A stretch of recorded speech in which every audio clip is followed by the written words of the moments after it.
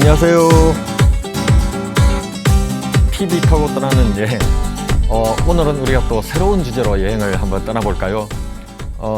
이번 회차부터는 우리가 사찰 여행을 우리 국내 여행에서는 우리가 또 빠뜨릴 수 없는 것이 바로 사찰 여행이 되겠습니다. 유럽이라든가 이런 데 가면은 우리가 또 성당 여행을 빠뜨리지 않고 보게 되지 않습니까?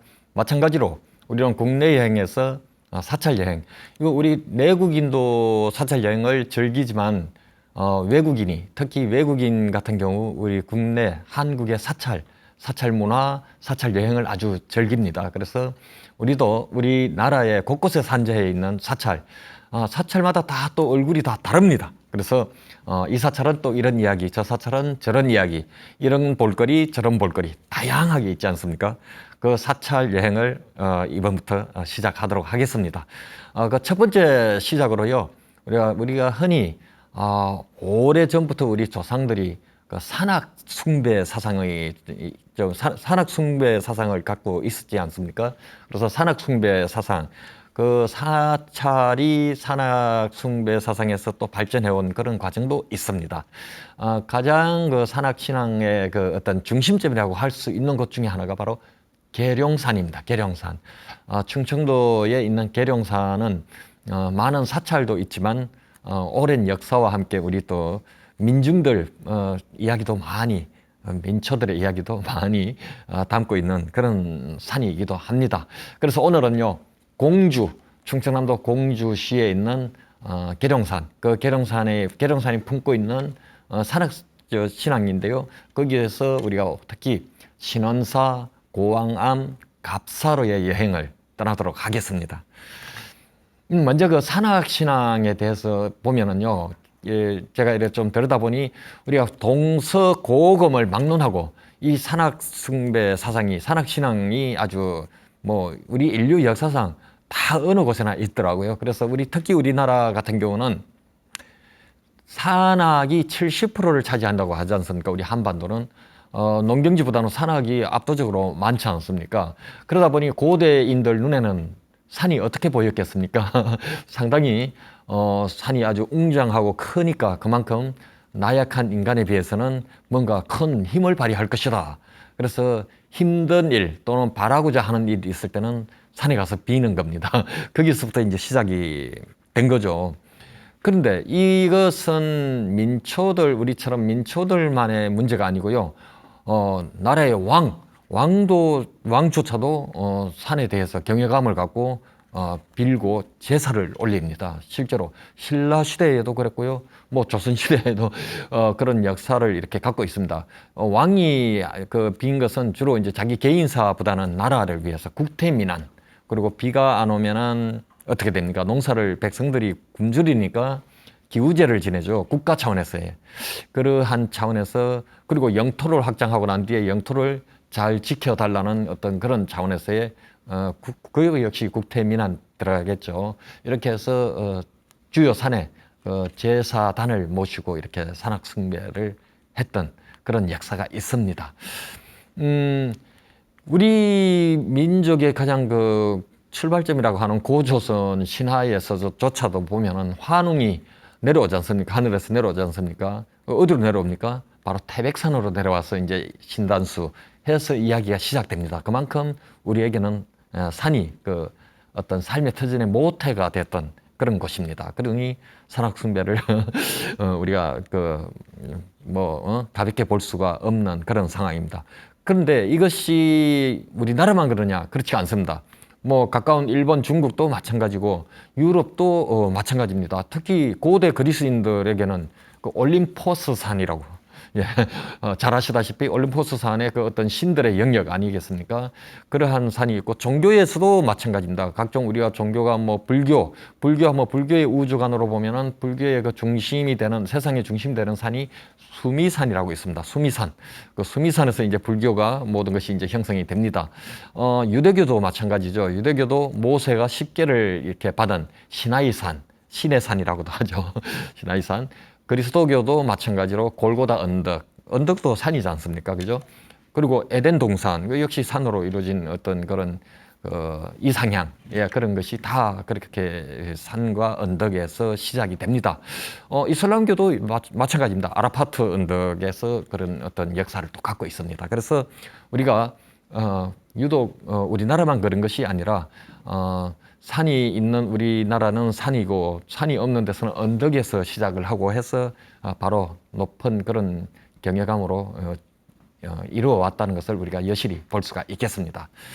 우리나라의 대표적인 뭐 산악신앙지라고 하면은 계룡산인데, 그 중에서 계룡산은 통일신라 시대부터 그런 역사를 갖고 있습니다. 통일신라 시대에 오악으로 해서 정해서 산을 신라의 영토를 확장한 후에 잘 지켜달라, 우리 땅을 잘 지켜달라 하는 염원을 담아서 5곳의 산을 오악으로 지정해서 제례를 올렸습니다. 오악은 동서남북 중앙이 되겠죠. 동서남북 중앙. 동쪽은 바로 경주 도읍지가 있는 경주에 있는 산입니다. 토함산. 지금 토함산 불국사가 있는 산이 토함산입니다. 그게 동쪽에 있다 해서 동악. 그 다음에 서쪽에 있는 산이 바로 계룡산입니다. 서악이 되겠습니다. 서악. 남악은 지릭산. 예. 그래서 북악은 태백산. 그럼 가운데가 어딜까요? 중악은 바로 대구 팔공산이 되겠습니다. 그래서 통일신라 때 오악은 그렇게 이제 규정이 됐고요. 조선 시대에 와서 또 이 상악단, 중악단, 하악단에서 또 정하게 됩니다. 상악단은 지금 평안도에 있는 묘향산이 되겠습니다. 하악단은 또 맨 남쪽 지리산이 되죠. 그럼 그 중간에 있는 것이 중악단이 되죠. 묘향산과 지리산 중간이 어디쯤 되겠습니까? 예, 바로 계룡산입니다. 그래서 계룡산 같은 경우는 이성계가 조선을 세우기 위해서 전국의 기도처에 기도를 했다는 이야기를 갖고 있지 않습니까? 그래서 그 중에 이제 이 계룡산에서도 했습니다. 그래서 실제로 나라를 창업하고 왕이 됐지 않습니까? 그러니까 각별한 의미를 부여하고 있겠죠. 마찬가지로 또 조선 말에 와서는 고종 때 와서 명성황후도 여기에 각별한 애정을 썼습니다. 그래서 이 중악단에 많은 유적이 지금도 현재 남아 있습니다. 산신의 제를 올렸던 그런 유적이 되겠습니다.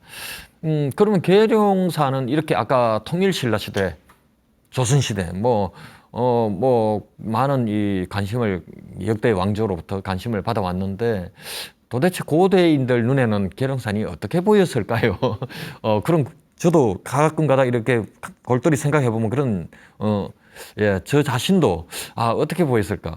하늘에서, 요즘이야 카메라로 하늘에서 이렇게 볼 수도 있지만, 옛날에는 그렇게도 볼 수 없는 먼 발치에서 이렇게 산 전체, 그림을 본다든가, 아니면 산에 올라가서 이렇게 계곡 사이를 본다든가 하는 수밖에 없었을 텐데, 하여튼 고대인들의 시야는 상당히 넓었던 것 같습니다. 이 계룡산의 그 주능선이 천왕봉, 그 다음에 연천봉, 그 다음에 삼불봉으로 이어지는 이 능선을 당시 고대인들은 닭볕 있지 않습니까? 닭의 볕. 이 볕을 쓴 용의 모양이다. 그렇게 이제 생각을 했다고 합니다. 그래서 닭의 볕, 닭과 용이 등장하니까 계룡산이 되겠습니다. 이게 신라 때부터 그런 사용한 흔적이 남아 있습니다. 그러니까 상당히 오래된 그런 지명이 되겠습니다. 이 계룡산은요, 한때 도읍지로 될 뻔했습니다. 이성계가 조선을 개국하고 난 뒤에 첫 도읍지 개경에서, 고려의 도읍지 개경에서 옮기려고 한 거지 않습니까? 새 나라는 새로운 데에 도읍지를 만들어야겠다 해서 한 것이 바로 이 계룡산 동남쪽 기슭에 지금 현재 계룡시입니다. 계룡시에 도읍지를 실제로 한 10달 정도 공사를 했습니다. 그래서 그 지역을 지금 현재 신도안, 새로운 도읍지를 해서 신도안이라고 해서 했는데, 1년 가까이 공사를 하고 나서 갑자기 경기도 관찰사 하륜이 이거는 이래서 안 되겠고 저래서 안 되겠다 해서 약간 풍수지리의 어떤 허점을 짚어서 불가함을 아랩니다. 근데 그것을 또 태조 이성계도 받아들입니다. 원래 이 자리는 태조 이성계가 무학대사와 함께 실제로 닷새간 와서 답사를 했던 곳입니다. 닷새간. 그래서 여기 와서 그렇게 했는데 1년 가까이 공사하다가 경기도 관찰사가 불가함을 아뢰니까 또 받아들여서, 그래서 우여곡절 논의 끝에 지금 현재 경복궁이 들어선 한양, 예, 거기를 정하게 됩니다. 그래서 공사를 하고 옮겨오게 됩니다. 근데요, 섬뜩한 이야기가 있습니다. 바로 정감록, 전에도 제가 이제 말씀을 드렸는데, 정감록 이야기를 좀 잠깐씩 드렸는데, 이 정감록이에요. 조선이 500년 역사를 갖고 나서 멸망을 한다고 예언을 했거든요. 무섭지 않습니까? 근데 실제로 조선이 518년 역사를, 대한제국을 포함해서 518년 역사를 갖고, 역사의 뒤안길로, 갔지 않습니까? 물론 외세, 일본에 의해서 이제 그렇게 됐는데, 어쨌든 500년 역사 섬뜩하게 마친 거지 않습니까? 그러면 500년 조선이 멸망한 후에 무슨 일이 일어나느냐?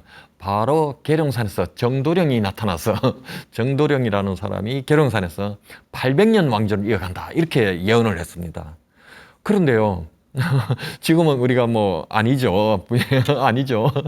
그런데 정말 아닌가요? 가만히 한번 보십시오. 지금 행정수도에서 세종시가 계룡산 아래에 들어가 있습니다. 어우, 무섭지 않습니까? 예언이 상당 수준 들이맞지 않았습니까? 예, 실제로 계룡산 가까이 근처에 세종시가 들어가 있습니다. 앞으로 세종시가 어떻게 또 발전해 갈지는 모르겠지만 적어도 지금도 많은 도읍지 역할을 해야 한다. 그런 목소리가 높지 않습니까? 그럼 앞으로 정말 800년 동안 거기가 도읍지가 될까요? 저도 모르겠습니다. 이 정감록은 이어서 또 이야기를 합니다. 가야산에서 1000년, 가야산에서 조씨가 1000년을 이어간다 하고요. 그 후에 또 전주에서 범씨가 600년을 이어간다고 합니다. 아주 머나먼 미래의 이야기까지 이렇게 하고 있습니다. 어쨌든 뭐 우리는 그냥 여담으로 듣고 넘어가야겠습니다.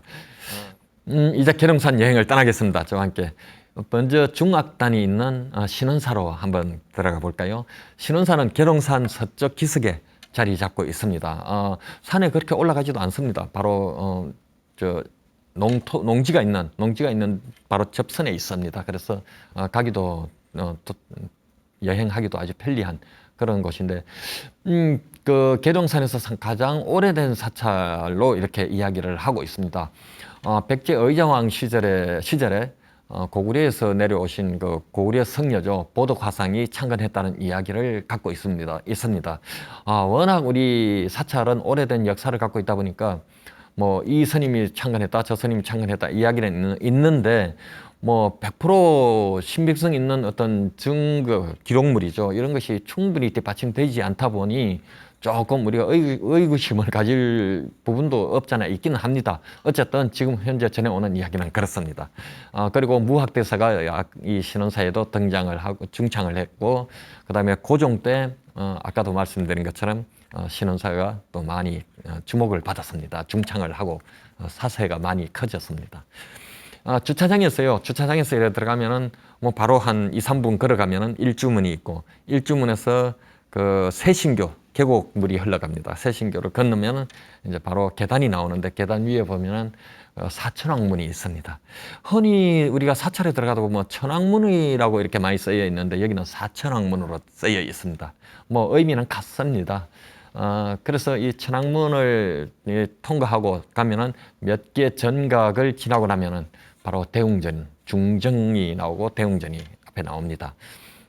특이한 것은요, 여기 뭐 옛날에는 그러질 않았을 테지만 지금 현재는 그 대웅전 앞 마당 중정이 잔디로 이렇게 깔려 있습니다. 사찰에 그 중정이 잔디로 깔려 있는 것은 흔치가 않죠. 흔치가 않는데 가끔 가다 보면 이런 거 볼 수가 있습니다. 서울의 그 북한산 진관사 사찰도 요즘 새단장 했는데 거기도 잔디가 깔려 있죠. 간혹 가다 그런 풍경을 우리가 보실 수가 있습니다.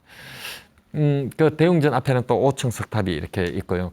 특히 제가 몇 차례는 다녀왔는데 특히 인상 깊었던 것은 벚꽃이 활짝 폈을 때가 상당히 인상에 많이 남습니다. 벚꽃이 아주 주변에 만발했습니다. 그래서 그때 가는 것도 아주 좋은 추억을 남기지 않을까 그런 생각을 해봅니다. 대웅전을 바라보는 위치에서 본다면 오른쪽으로 보면 길이 하나 나 있습니다. 그 길로 이렇게 나가면은 바로 오늘 우리가 찾아가고자 하는 중악단이 있습니다.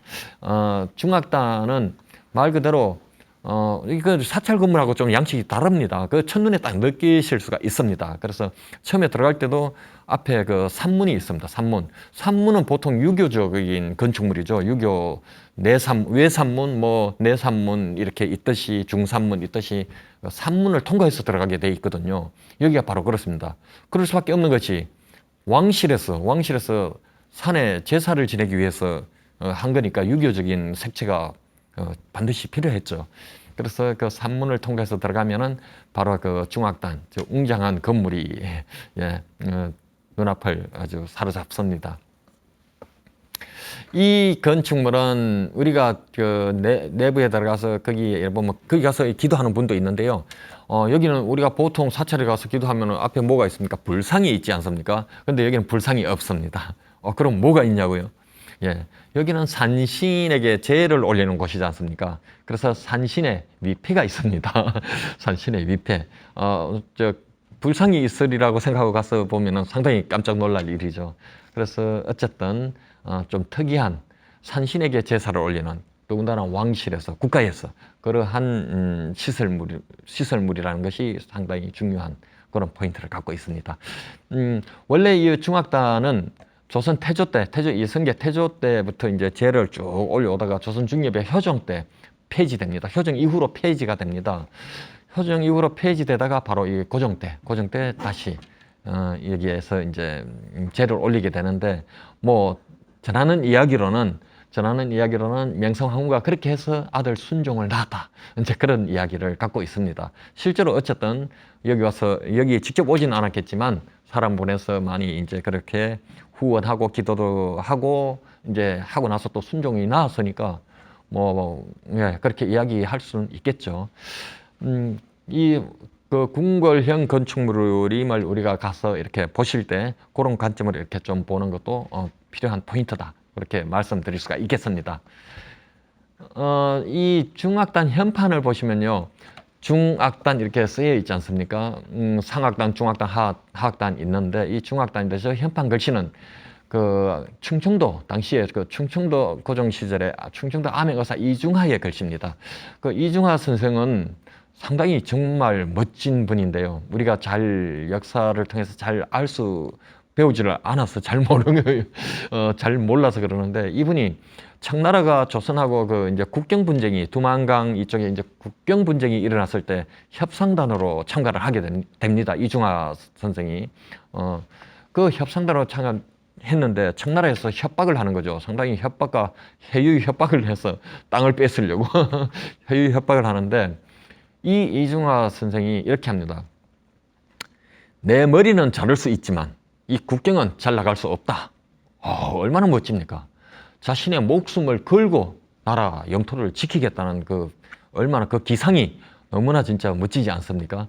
예, 그렇게 해서 상당히 청나라의 강요를 거절했던 인물입니다. 그래서 우리가 기억을 해야 할 인물이 아닐까 그런 생각을 한번 해봅니다. 이 중악단 산문 밖으로 나오면요 넓은 광장이 있습니다. 큰 운동장까지 요즘 근래에 가보니까 그 주차를 많이 해서 차량이 많이 있어서 이제 좀 어수선하긴 한데 그 맨 앞쪽으로 끄트머리로 가면은 정말 이끼 낀 정말 그 고색창연한 석탑이 있습니다. 5층 석탑이 있는데 분석하기로는 원래 신원사 아까 우리가 대웅전 갔습니다만은 원래 신원사 그 터가 여기가 아닌가. 왜냐하면 이 5층 석탑이 여기 있다는 것은 바로 여기에 이제 대웅전 금당이 있었던 것이 아닌가 그런 생각을 추정을 하고 있습니다. 그래서 어느 날 이제 여기에 있는 대웅전이 그 옆쪽으로 이동을 한 것으로 그렇게 이제 보고 있습니다. 그래서 여기 5층 석탑은 한 층이 유실돼서 4층으로 이제 보입니다만은 이 5층 석탑은 상당히 그 오래 시간의 연륜을 거기서 느껴볼 수가 있습니다. 다음에 이제 우리가 고왕암으로 여행을 할 텐데요. 상당히 재미있는 암자입니다. 이 신원사에서 곧 5층 석탑 방금 우리 보신 5층 석탑 그 바깥에 이 도로가 있는데요. 좁은 도로입니다. 차 한 대 지나갈 정도의 좁은 도로인데 이 도로를 따라 쭉 올라가면 물론 승용차가 갈 수도 있습니다. 가다 보면 또 중간중간에 다른 암자 사찰이 이렇게 나타나는데 끝까지 이 차가 갈 수 있는 끝까지 올라가면 차길이 좀 상당히 운전 잘 하시는 분이라야 갈 수 있습니다. 이게 상당히 가파르고 급하게 꺾어지는 산길이거든요. 임도로 올라가니까. 그런데 뭐 그 길로 쭉 올라가면 이 가장 마지막 그 정점에 달하면은 한 차량 한 7, 8대 주차할 수 있는 공간이 있습니다.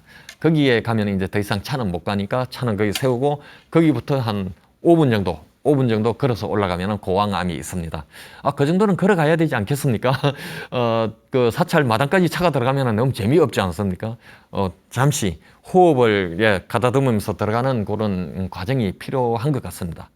사찰 여행을 하다 보면은 요즘은 많은 이 관광객을 유치하기 위해서 사찰 바로 코앞까지 차 주차장을 만들긴 하는데 뭐 몸이 불편하신 분이라든가 이런 분들 위해서 도움은 되겠지만 그렇지 않은 건장한 사람이라면 조금 전에 내려서 이렇게 걸어 들어가는 진입로, 이 진입로가 사찰 여행에서 상당히 중요한 부분이거든요. 사실 암시하는 부분도 많이 있는데 우리는 그걸 다 생략하고 결과만 이렇게 찾는 듯한 그런 느낌인데 그건 상당히 좀 사찰을 제대로 만끽할 수 없는 그런 과정이 되겠습니다. 그래서 한 5분 걸어서 5분 정도 거리인데 개천물을 건넙니다. 개천물 아주 그 계룡산 정상에서 내려오는 물이 콸콸콸 내려가는 그 물소리와 함께 자연석 그대로 좁은 오솔길 자연석 그대로 고지가 높은 지대니까 올라가게 되지 않겠습니까? 뭐 돌로 이렇게 정비를 해서 계단도 돼 있습니다만은 아주 투박한 자연석 그 길을 밟으면서 올라갑니다. 그러니까 때묻지 않은 청정함을 산이 있죠, 숲이 있죠, 계곡물이 있죠, 돌길, 흙길, 돌길이죠. 이보다 더 청정 지역이 어디 있습니까? 그래서 그 길을 5분 동안 심호흡하면서 올라가면은 숨을 흘려벌떡 합니다. 그러니까 운동도 되죠. 심폐호흡 운동도 되죠. 다리 튼튼해지죠. 5분만 투자하시면 심신이 동시에 건강해집니다. 이걸 포기하시겠습니까? 그렇게 해서 올라가시면은 바로 고왕암을 만나는데 저는 그래서 다른 수많은 사찰, 암자를 여행을 하지만 고왕암은 남다르게 그런 매력을 갖고 있습니다. 특히 제가 고왕암에서 3가지 매력을 갖고 있는데요. 바로 첫 번째가 그 진입 과정에서 느끼는 그 순수함, 그리고 그 어떤 방금 말씀드린 3가지 그 청정함, 그런 것을 만끽할 수 있다는 게 그 첫 번째입니다. 그러한 약간 그 간절함, 그 올라가면서 어떤 너무 쉽게 가면 안 되지 않습니까? 간절함이 있어야 되지 않겠습니까? 그래야 뭐 얻는 것도 많겠죠. 그 다음에 그게 첫 번째 매력이고요. 두 번째 매력은 마당에 딱 올라서는 순간 너무나 투박하고 정말 마당에도 이끼가 끼어서 있을 정도로 투박합니다. 얼마나 멋집니까? 뭐 아주 현대식으로 정비되어 있는 거는 너무 멋이 없지 않습니까? 산사에 왔는데 산사다워야지 그 도시의 그 빌딩 속 같은 그런 느낌이 별로 원치 않습니다. 그래서 그 실제로 돌뿌리에 이끼 끼어 있고 뭐 잡초도 두근두근 나고 막 한 모습을 그대로 보실 수가 있습니다. 그 머리 위에는 계룡산 정상이 내려다보고 있죠. 이러한 바로 있는 그들의 모습이 두 번째 매력입니다. 그 다음 세 번째는요. 뭐 가장 앞건이 되겠습니다만은 가장 산사 스님다운 스님을 만날 수 있습니다. 바로 견진 스님이신데요. 바로 이 사찰에서 15년 동안 지금 주석하고 계시는데 이 가장 자연스럽게 그리고 가장 이 사람의 그 향기를 풍길 수 있는 여행자에게 그런 매력을 이렇게 간직하고 있는 그런 사찰의 주인공이십니다. 이 스님이 보물이십니다. 보물. 어떤 보물이냐면요. 바로 새에게도 설법을 하신 스님입니다. 새와 나비의 벗입니다. 벗. 정말 저도 깜짝 놀란 것이 새와 나비하고 같이 대화도 나누고, 근데 새와 나비한테 모이를 주고 하는 스님들은 간혹 계시는 건 저도 알고 있습니다만은 이 스님은 같이 대화를 나누고 스님의 차도 같이 나누고 차담회도 같이 나누고 심지어는요 잠도 같이 잡니다. 정말입니다. 제가 스님한테 들은 바로는 한 일주일 동안 안 나간답니다. 안 나가고 같이 그 방에서 같이 잔답니다. 그래서 깜짝 놀랐는데, 그래서 상당히 새들이 사람을 피하고 하고 또 뭐 모이를 주면 다가올 수는 있겠지만 방 안에까지 와서 같이 그 찻잔에 물도 찬물도 마시고 같이 거기서 잠도 잔다는 것은 예산 일이 아니죠. 아마 먼 훗날 이 새와 나비가 인간으로 환생하지 않을까 저는 충분히 그럴 것 같습니다. 이 고왕암은 고왕암 이름이 좀 특이한 것 같지 않습니까? 고왕 옛날 왕이라는 얘기입니다. 옛날 왕이고 왕자란 이야기입니다. 무슨 이야기냐면은 백제가 멸망할 때 백제 그 의자왕의 아들 왕자 부여융이 도피했다가 이제 항복했다는 그런 이야기를 갖고 있거든요. 그러다 보니까 고왕 암이 됩니다. 이름이 그렇게 이제 됩니다. 그래서 이 사찰은 다른 사찰에서 없는 정각 이름, 현판 이름 백왕전이라고 있습니다. 백왕전, 백제왕의 전각이다 해서 백왕전이 있는데 매년 10월 셋째 주 일요일 날 그 백왕제 행사를 엽니다. 저도 한번 참가해 본 적이 있습니다. 하도 재밌다고 소문이 나서 한번 참가해 본 적이 있습니다. 그렇게 해서 가장 때묻지 않은 사찰 고왕암을 그렇게 여행 한번 해보십시오. 좋습니다. 다음은 우리 계룡산에서 갑사 여행을 떠나게 보겠습니다. 갑사는 흔히 이 공주에서는 이런 말을 합니다. 춘마곡 추갑사, 춘마곡 추갑사. 봄에는 마곡사, 가을에는 갑사라고 이야기합니다. 사실 뭐 그런 말이 있습니다만은 그 반대로 생각해도 똑같이 뭐 의미가 있다고 저는 생각을 합니다. 뭐 봄에 갑사에 가고 가을에 마곡사 가도 똑같은 그런 아름다운 풍경을 누릴 수가 있지 않나 그런 생각을 합니다. 어쨌든 이 주차장에서 갑사 같은 경우는 이 주차장에서 한 1km 정도 이 숲이 우거진 길을 걸어가게 됩니다. 그래서 여름에는 뜨거운 햇살이 내리쬐지만 그 녹음이 짙어서 시원하게 여행을 할 수가 있죠. 가을에는 또 단풍이 얼마나 아름답겠습니까? 그래서 추갑사란 말이 그냥 생긴 게 아니죠. 이렇게 해서 이제 들어갑니다. 들어가면 백제 쭉 들어가는데 갑사 한 1km 정도 역시 몸과 마음의 때를 씻으며 들어가게 됩니다. 이 사찰도 상당히 오래된 역사를 갖고 있습니다. 백제 시대 때 뭐 아도화상이 창건했다는 그런 이야기를 갖고 있습니다. 의상대사가 중수를 했다 하고 그래서 의상대사의 화엄 10찰 중에 하나로 그렇게 또 손꼽고 있습니다. 그 화엄은 하나는 모든 것이고 모든 것은 또 하나다 하는 그런 사상이지 않습니까?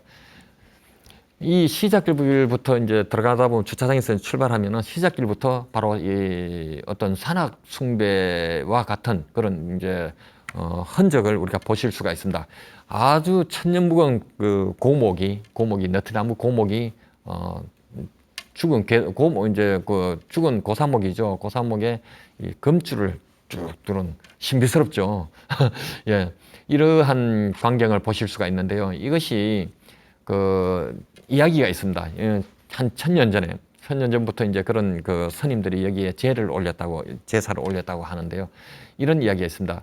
새벽 3시 갑사 대웅전에 새벽 3시 반에 이제 새벽 3시에 예불을 올리기 위해서 이제 준비를 하는데 갑자기 불이 꺼져 갖고 그 사미성이 갑자기 상당히 이상하다 이렇게 했는데 갑자기 그 구척 그 키를 가진 그 거인이 나타나서 대웅전에 있는 옥등 속에 있는 심지를 드러내고 그 등유를 자기 발에 바르고 나가더랍니다.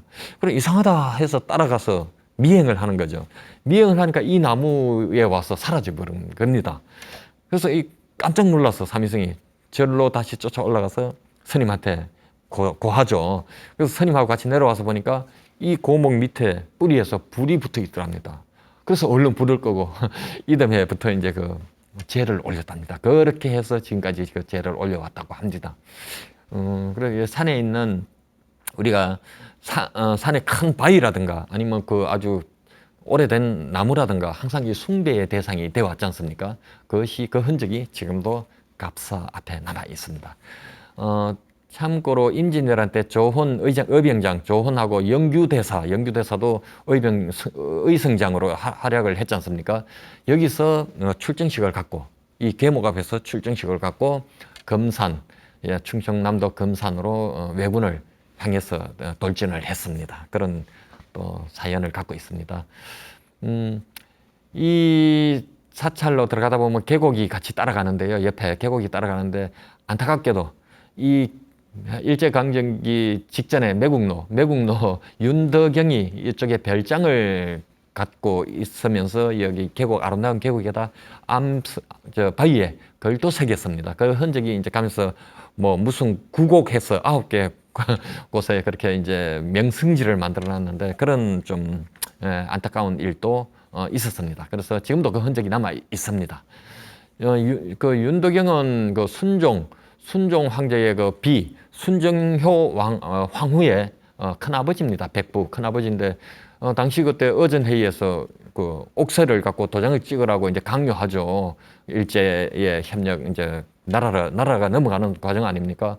그때 이 순정효 황후가 어린 나이임에도 불구하고 그것을 엿듣고 그 옥새를 먼저 낚아채서 자기 치마 속에 이렇게 넣고 안 줍니다. 그러니까 그 어전회의에 참석했던 대신들이 감히 황후의 그 치마 속에 있는 옥새를 어떻게 손댈 수가 없죠. 그것만은. 예. 그래서 그렇게 했는데 이 큰아버지라는 사람이 그걸 빼앗습니다. 아, 참 엄청나죠. 예. 그래서 역사가 그렇게 흘러갔습니다. 이제 이 사찰도 쭉 그 숲을 따라서 들어가면 사천왕문이 있습니다. 사천왕문을 들어가면은 이제 강당 건물이 나오는데요. 여기에 현판이 계룡갑사로 이렇게 현판이 나타납니다. 여기 갑사는 전반적으로 다 그 방향이 서향입니다. 서향. 그래서 건축물들이 건축물 정면이 서향이다. 그렇게 보시면 됩니다. 서쪽이다. 그렇게 해서 갑사를 쭉 대웅전하고 아름다운 건축물, 축대 이런 것을 우리가 보실 수가 있고요. 갑사에 가면 한쪽에 이쪽으로 가시면은 공우탑이라고 있습니다. 공우탑.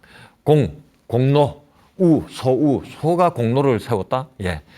이런 일이 있었습니다. 옛날에 전해오는 전설로 옛날에 여기 이제 주지스님이 사찰을 좀 더 이렇게 세워야 되는데 돈은 없고 예 상당히 그래서 고심을 하다가 잠이 살짝 들었습니다. 근데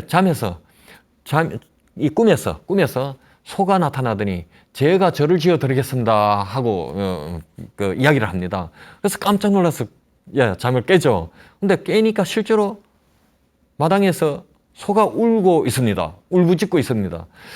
그래서 이 꿈과 현실이 같이 연결되지 않습니까? 근데 이 소가 그날부터 매일 어딘가 다녀오더니 목재도 싣고 오고 쌀도 싣고 옵니다. 그래서 저를 그렇게 해서 중창을 했다고 합니다. 그 다 하고 나서 소가 지쳐서 죽었답니다. 그래서 이 스님이 그 공로로 이 소에게 탑을 세워준 게 그게 공우탑입니다. 공우탑. 지금도 공우탑이 있습니다. 거기에 공우탑에 또 윤덕영이 자기 자랑을 하는 어떤 그런 글씨도 또 새겨놓은 흔적이 있습니다. 예, 그다음에 갑사에는 고려시대 승탑으로 그 팔각부도 아주 예술성이 높은 고려시대의 승탑이 있습니다. 그래서 그것도 우리가 유럽에 가면은 각종 예술품, 조각품을 많이 보지 않습니까? 너무나 정말 뭐 미켈란젤로의 어떤 작품, 우리가 그냥 감탄을 합니다.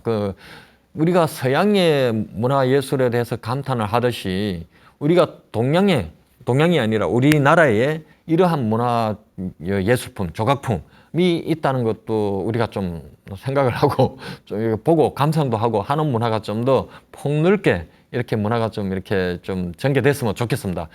정말 이 산 속에 외로이 그 어떤 승탑이라든가 탑이라든가 다양한 이러한 조각 작품들이 있는데 우리도 보면은 신라시대, 백제시대 이러한 삼국시대부터 고려시대, 조선시대에 거쳐오면서 엄청나게 그 변천사를 담고 있는 탑들, 조각품들이 많이 있지 않습니까? 가장 우리에게 어떤 절절하게 우리가 좀 느낄 수 있는, 공감할 수 있는 서양의 것도 물론 우리가 공감을 하겠지만 우리나라의 그런 전통 예술품을 우리가 왜 공감 못 하겠습니까? 근데 너무 우리가 좀 등한시하는 것 같습니다. 그런 것을 관람할 수 있는 좀 여건이 좀 자연스럽게 이렇게 조성 안 돼, 좀 미흡한 부분도 없지 않아 있습니다만은, 우리가 조금만 더 관심을 가지면은 충분히 그런 기회는 많이 있을 거라고 이렇게 생각을 합니다. 그 다음에 그 석조 약사불이, 갑사에 가시면은 또 석조 약사불이 있습니다. 인조석굴 안에 그렇게 봉안해 둔 그런 모습을 우리가 보실 수가 있는데요. 그것을 우리가 또 그 갑사만의 또 어떤 그런 콘텐츠로 이렇게 보실 수가 있습니다. 그리고 갑사하고 이제 내려오는 길에 들어가서 이제 이렇게 보시고 쭉 경내 둘러보시고 내려오시는 길에는 또 기둥이 하나 딱 서 있는 게 있습니다. 뭐냐면 철단간지주입니다. 철단간지주. 단간지주, 철로 된 단간지주인데요. 여기에 옛날 말하자면 깃발을 이렇게 개양했던 그런 거죠. 철로 만든 겁니다. 보통 뭐 나무로 많이 만들겠죠. 근데 철로 만든 거고, 아직까지 철로 만들기 때문에 아직까지 있습니다. 이 단간지주는 통일신라 시대 때 유물로 전하고 있는데요. 철통으로 자세히 보시면 저기 철통 요만한 철통이 이렇게 이어져 있는 그런 모습입니다. 지금 현재 남아 있는 게 보면 24개로 이렇게 돼 있습니다. 구분이. 근데 원래는 28개였다고 합니다. 그러니까 4개는 유실된 거죠. 오랜 역사 속에 뭐 이런저런 사연이 뭐 없지 않겠습니까? 그렇게 해서 안타깝게. 근데 어쨌든 지금 현재 그 높이가 15m 그 높이 상당히 높죠. 그러니까 4개가 더 있다면 얼마나 높겠습니까? 그 벼락이 쳐서 이제 없어졌다고 하는데 상당히 어쨌든 저만큼이라도 남아 있다는 게 그래도 다행입니다. 근데 제가요 이 갑사를 이렇게 오고 가면서 하는데 저거 있는 것도 모르고 지나가는 사람들이 많습니다. 처음에 진입로 옆에 있으면은 당연히 보겠지만 그 아래쪽에 숲속에 있기 때문에 사실 놓칠 수도 있습니다. 근데 조금만 관심 가지시면은 보실 수가 있습니다. 근데 이거는 갑사에 가시면 꼭 보셔야 할 유물입니다. 꼭 보셔야 됩니다. 왜냐하면 흔치 않거든요. 그 철단간 제가 여러 사찰에 다니면서 간혹은 봅니다. 법주사에 가시면 있고요. 그 다음에 안성의 칠장사라고 가시면 또 그 입구에 밭에 이렇게 서 있는 모습도 보실 수가 있습니다. 그래서 간혹은 있기는 있지만 흔히 볼 수 있는 유물이 아니기 때문에 그래도 한번 놓칠 수 없는 그런 곳이 아닌가 그런 생각을 합니다. 그 경내 중에는 표충원이라고 또 있는데요. 표충원도 사실 표충원 같은 경우도 이제 그 일반 사찰에 원래 있던 그런 시설물은 아니지만 추가로 이렇게 세운 거지만은 여기에 서산대사, 사명대사, 그다음 아까 제가 말씀드린 영규대사 이러한 분 영정을 모신 그런 공간입니다. 그러니 이 사찰의 과거의 고승들 이 세 분은 공통점이 바로 임진왜란 때 의승장으로 활약하셨던 분들입니다. 그래서 우리나라를 지키고 호국 그런 활동을 하신 분들에게 영정을 이렇게 봉안한 그런 표충원 되겠습니다. 그것도 한번 우리가 이렇게 둘러보는 게 좋겠습니다. 계룡산은 갑사는 그렇게 이제 여행을 우리가 하고요. 사실 계룡산은 뭐 제가 오늘 이 시간에는 제가 소개해 드리지는 않았습니다만은 그 동쪽에 지금 우리가 서쪽의 사찰을 이렇게 여행을 했습니다. 신원사, 고왕암, 갑사 이렇게 여행을 했는데 이 산 너머편, 계룡산 너머편 동쪽에는 또 동학사라고 있습니다. 많이 누구나 다 이름은 들어보셨을 겁니다. 동학사라고 또 있습니다. 그것도 여행했는데 참 좋긴 한데 오늘은 다음 기회에 또 언제 기회가 되면 하겠습니다. 그래서 오늘 우리 계룡산의 산악신앙 숭배 사상을 통해서 사찰이 또 이렇게 발전해온 모습도 보셨고 우리가 모든 동서고금이 왜 산악을 숭배했는지 그리고 산악이 왜 우리 민간에까지 그렇게 깊이 들어왔는지도 우리가 이렇게 보실 수가 있습니다. 종교와 또 일반 백성들 마찬가지로 산에 대한 경외감, 내가 나약할 때 산의 힘을 빌려서 나를 지켜줄 수 있는 그런 공간으로 생각을 하셨을 겁니다. 옛 사람들이. 해서 오늘 우리 처음으로 이제 또 사찰 여행을 시작했습니다. 사찰 여행 그 중에 첫 번째 우리가 산악숭배 신앙 계룡산을 함께 여행을 했습니다. 다음 시간엔 또 더욱더 재미있는 사찰로 여행을 떠나도록 하겠습니다. 감사합니다.